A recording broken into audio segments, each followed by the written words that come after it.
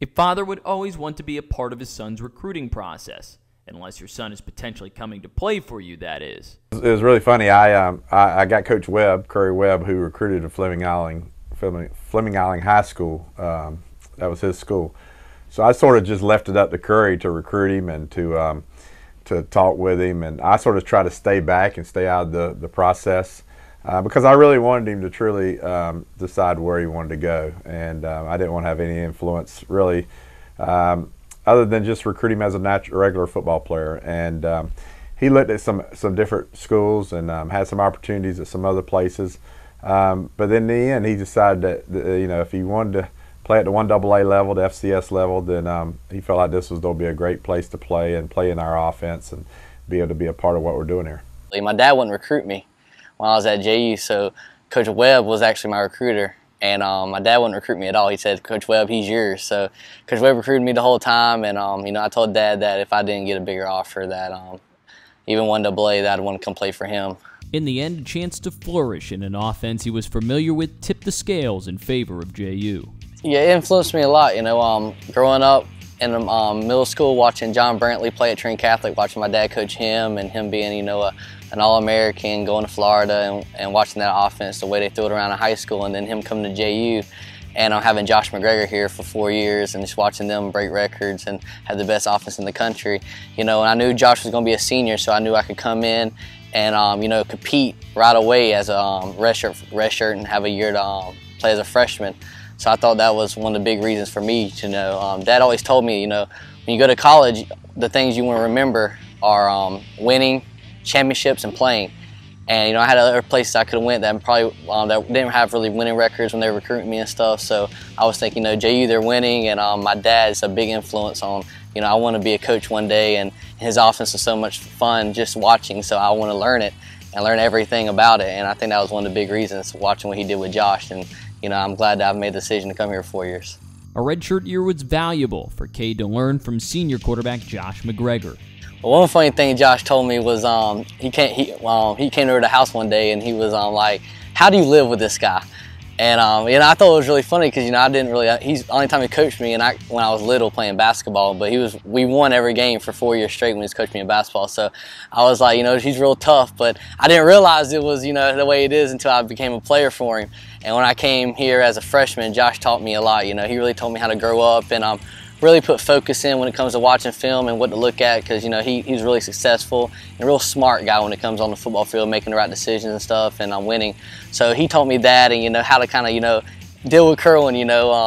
Dad is he's real competitive and he wants to win. So sometimes you just got to keep your mouth shut and just let him rant. And that's what I've learned a lot from Josh. And I think he's been a real influence on my career here at JU. However, things weren't immediately rosy once Kade did win the starting job. He's got a lot of me in him, his stubbornness and his will to win. He's such a competitor like I was, and like I still am a little bit. But he got a lot of his mom's sort of happy-go-lucky. I was more of a serious guy when I was younger. He's more happy-go-lucky, so we've clashed in that area, especially when he was younger. How do you practice? How serious is it at practice? He sort of had the idea that it's just all about the game, and we had to really work with him about how serious you got to take practice and how you got to prepare yourself. Growth is something both father and son have embraced over the last few years. Got here, I think I was a 170-pound kid, right out of high school. I think I put on some weight and some muscle and and I give a lot of credit to Coach Bates in the weight room, and our weight room before he got here, man, we were nothing like we were. Than we are now. I mean, we've gotten better every year when it comes to injuries and keeping people healthy and getting stronger and faster. So that's a lot with him and Doug for our nutrition guy, and they've really really helped us step up to where we need to be. And I just think I've changed a lot also mentally, learning the game of football. I think I've always been smart when it comes to football, and I think just playing under Kerwin and learning what he knows. I mean, he's told me I think he played under like 10 different coaches, offense coordinators in his career. So he knows stuff that works and how it doesn't work, and I think that's really helped me when it comes to playing on the field and, trying to be a coach on the field. And I think that's why, I think I've been successful here. I've seen him just grow up tremendously as far as the way he approaches things now. Just his schoolwork, he'll graduate this fall, which I'm very proud of, and he's always been very serious about that. And then just the way he's matured as far as a player and going out and preparing for games, you know, during the week. He's always done well in the games. Now he learns how to, I think he's been so much better as far as the preparation before the game. Now they can enjoy the unique experience. After we got him into in a rhythm there in his freshman year, and he went to some places, like I said, at Dayton and won big, and he was able to lead our football team and some, you know, go to Charleston Southern, I believe, as a true freshman with 63 scholarships and beat those guys there. I think he started establishing himself as a true starter here in our league and for our football team. And you know, from that point on, when I knew he'd really taken over, and there was no doubt that we needed him in there as our starting quarterback, it's real rewarding to be able to have him be a part of what we're doing, have him be here and within our system, and see him flourish within our system, and also just watch him play. You know, it's a great. I get the front row seat every Saturday, and if he'd went somewhere else, I probably would have never got to see him play a down of football, not live, maybe on film. So it's been very rewarding in that regard. Having also played quarterback, what similarities in Kade's game does Kerwin see? Nothing. It's unusual. My other son, Colton, who's just went off to college, he's probably more like me. It's just about he didn't have my size, so he's at Ole Miss as a student. But when you watched him play, he had probably a lot of the things I had as far as a pocket guy, a good presence. Kade is more the guy who is totally opposite of me. It's really unusual. He's left-handed. He moves around so much better than I did. He can make plays a lot better with his feet than I ever possibly could. But maybe if you do go back to one thing, he has a great feel for the game. He's a very smart kid. And that's what I love. I demand so much out of my quarterbacks, and I put so much on their plate every week. I've figured out you got to have a very smart kid to play in my system, and McGregor was that. John Brantley was that back at Trinity Catholic. Kade is surely that. I mean, they can come in with 20 new plays and be able to go perform on Saturday. And he just has that innate ability to have a great feel for the game, sort of like I did. And a lot of it is done cerebral as far as his approach to the game. He really cancels things out. He goes through his reads. And for the most part, he really thinks the way I do it when I call the game. And he goes through his reads just like I would. What's next for the coach's son might not surprise anyone.